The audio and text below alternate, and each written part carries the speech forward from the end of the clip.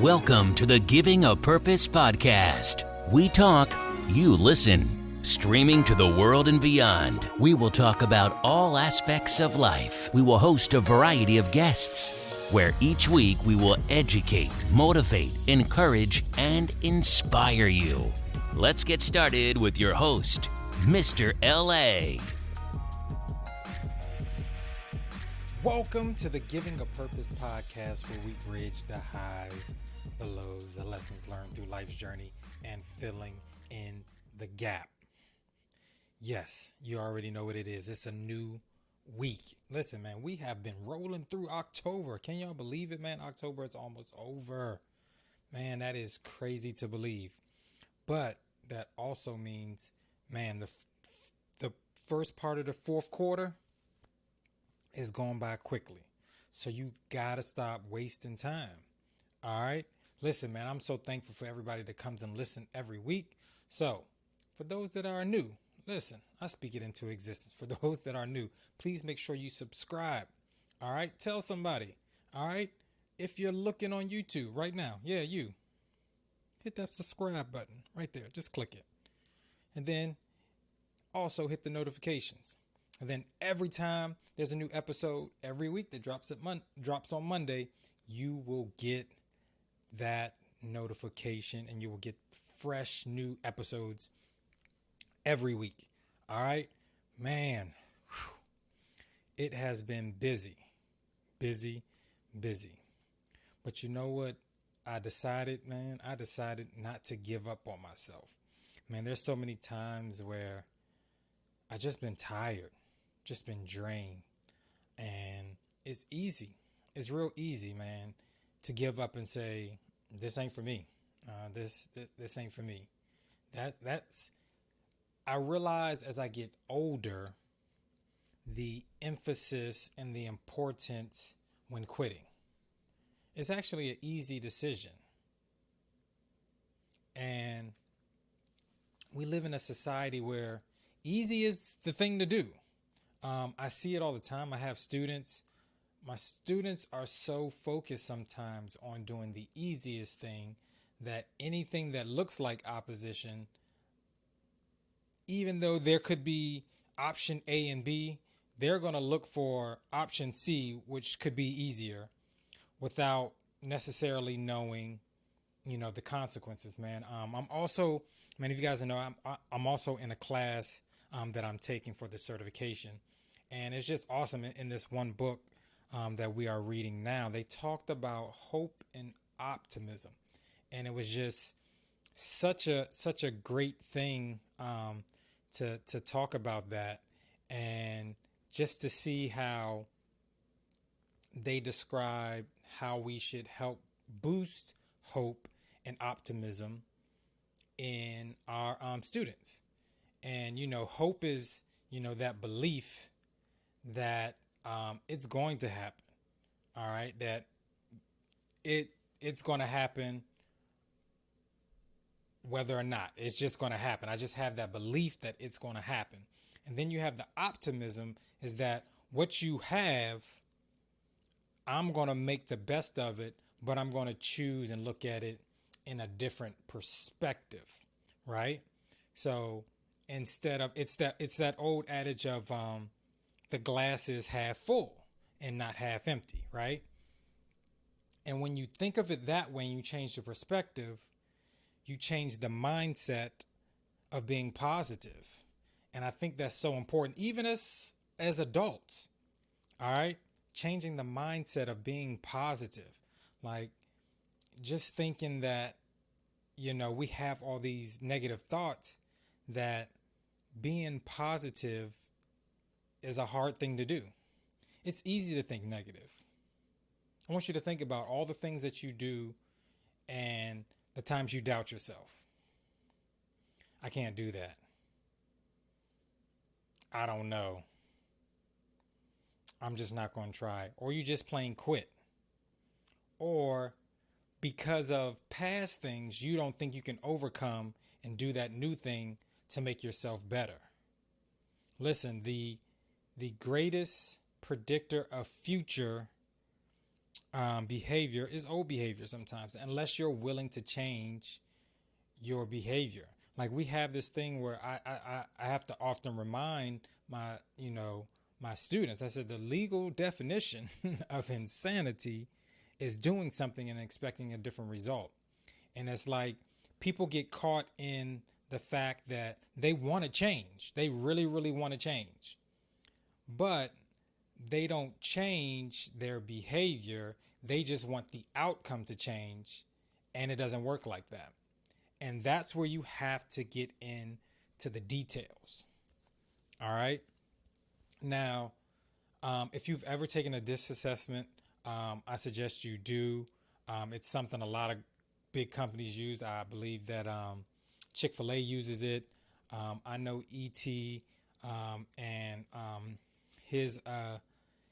his company, they use it a lot, and it's one of those tests to kind of let you know about yourself and how to deal with other people. And it goes with the characteristics. So if you ever take the DISC assessment, I personally am a 99C. All right. And so with a person that is a 99C is, let me look and kind of give you those introverts. And for those that know me, ask yourself, is this me? And it's such a thing, right? So C is very cautious, right? The preference is to establish protocols and standards. It's a perfectionist, systematic, careful, analytical, orderly, neat, balanced, independent, are just, a couple of few. Now, it also talks about being an introvert and extrovert. I'm such an introvert. Yes. But I also want to get into some of the other things that it talks about that I want you guys to understand about me. All right. So the higher C tends to adhere to rules. Like, it's crazy. I literally, I remember I was dating someone and they're like, do you always follow rules? I try to, because, I'm not a middle person. It's either I'm going to do it or I'm not going to do it. Either I'm hot or I'm cold. So if I'm going to follow the rules, I'm going to follow the rules. And it's, sometimes that gets crazy depending on what you're doing, but that's what it is. If you know me, right? So in my high C, I tend to adhere to rules, standards, procedures, and protocols set by those in authority whom they respect. I like things to be done the right way according to whatever the manual is. Rules are made to be followed. It is an appropriate model for those with high C scores like myself. So it also talks about I am very systematic and I like to analyze details to accomplish a process correctly. Now, like I said, that's me, and I often have to help people understand me sometimes, and it's a give and take on some things, because like I said, you have to learn how to talk to the other letters in the DISC assessment as well. But when I'm getting other people to learn that I'm a very detailed person and I'm very observant. So like when people don't think I'm paying attention, but now that I'm paying attention, I can pretty much give you line by line the details of what you said, what you were doing at that time. And it often gets tricky because when we get into a disagreement or something that we have to discuss, I'm not going to tell you how I felt about it. I'm going to give you the details. All right. And so how it helps me in everyday life with the details is when I do have a fault and I need to change something, I'm not just surface level. I'm going to dig deep and I need to change the details, because I know if I change my routine, or if I change the habit that I'm doing, I will create a new habit, and then that'll get me closer to the goal. I like to be disciplined about things. If one thing people know about me, if I give you my word, I'm going to do it. If I'm telling you there's some things that are non-negotiable, They're non-negotiable. It's not to separate myself from you or anything like that, but I just want you to understand that I'm disciplined in the goal that I set for myself. And it's something that I told my students a while back, is that you guys, I understand where you are. See, in high school, we don't think about time. As a young person, you don't think about time. Sometimes you think you're invincible, and sometimes you think you have a lot of time. And the older I get, I know my greatest asset is time.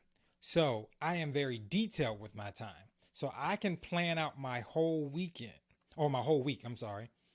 And people, and yes, the flaw in my system is sometimes is when you mess up my plan. Now, I know there's always room for audible, and I'm flexible with that, but there's some things that I want to execute. Well, yeah, there's some things I want to execute, but I need people. What I tell people all the time is that because I plan out my week, I'm just executing the plan I've already had. It's not something that, man, I got to bog my mind to try to figure everything out. Just to kind of give you guys an insight to this, my morning routine. I get up at a certain time. Now, people ask, well, what time do you have to be to work? I have to be to work at 7:45, but I get there at 7. And I say, well, why do you get there so early? Well, I leave in time enough because the things that I can't control, I've already detailed the time for that. I can't control if there's going to be traffic. I can't control if there's going to be an accident. I can't control if I stay, well, that is something I control, but I can't control the lights. I can't control if somebody in front of me is driving slow, or, whatever the case may be. I can't control the weather. So I leave at a certain time. That's how detailed I am. I leave at a certain time that all of that is included. And so I don't have to worry myself with everything else. I can just execute on getting to work by 7:00. Now, when I get to work by 7:00, there's things that I have lined up. I tell people when I get to work, you know what I don't want to be inundated with kids coming to me asking questions. All right. But I think of scenarios of, man, this class, they didn't do too well on this such and such and such and such. So when I plan my class out, every section of the class is detailed to make sure I cover all of the bases of every student to make sure that they are served. Everything is detailed. And I do things in an order, like even to the fact where I make my juices, like, y'all, I juice. So even in my juices, I put them in the same order in the juicer every time, because I know I can predict the outcome of the taste. Now, of course, probably if I put it in all of the same, it probably wouldn't change. But in my mind, that's how it works. But I just wanted to help somebody today to understand that you may be missing the goal that you're getting to because you're not paying attention to the details. Be more detailed in what you're doing to get to the goal that you want to do. All right. You can't do the same things, not even a little bit. You can't hang on to the past and try to do new things. You can't put old wine into new wineskins. You can't tote the line of both. But if you focus on the details of what you want, then your behavior will change. So you got to start with the details in your mind. You start with the details in your mind and your mindset, then little by little, your actions will follow. And when your actions will follow, you'll focus more on the details. Listen, the details are going to get you to the next level. Get your C up. I know you can't be like that, and that might not be your natural thing. But sometimes, with the disassessment, you have to lean on the different characteristics and types of the different letters. Sometimes I have to lean on my I. Sometimes I have to lean on the S, or whatever the case may be. But naturally, like I said, I am a high C, and I am a detailed-oriented person trying to figure out the rules, and I'm sticking to the facts. But like I said, you may not be naturally like that, but you need it to get to the next level. And the people I hang around with, that's how I assemble a team. I need every letter of that disassessment to make the team so we can thrive as a group. Okay? Because if you have too many of the same letters, then you guys aren't really accomplishing everything because you don't have that different perspective. You don't have that detailed person. You don't have that person who's a high I, who is a what's the word I'm looking for? Is a person about the people. You know what I'm saying? Is emotional and stuff like that. So those are some things that you have to balance out, because you have a little bit of everything. Nobody is just a zero. You may not be in high in other areas, but I need you guys to focus on the details. All right. Hopefully that blessed somebody. Hopefully that gave somebody some insight on what they need to do to get to the next level. Listen, I appreciate you guys. I love you guys. Please make sure that you subscribe. Make sure you share. Make sure you tell somebody that this is a great podcast and it is giving you what you need to get through the week. Listen, you know what I need you to do. Make sure you live on purpose and make sure you live in purpose. I'll see you guys next week. Peace. You've been listening to the Giving a Purpose podcast. We hope you've enjoyed the show. Be sure to subscribe on iTunes, Spotify, or Google Play to get new, fresh weekly episodes. For more, follow us on Instagram, Facebook, and Twitter.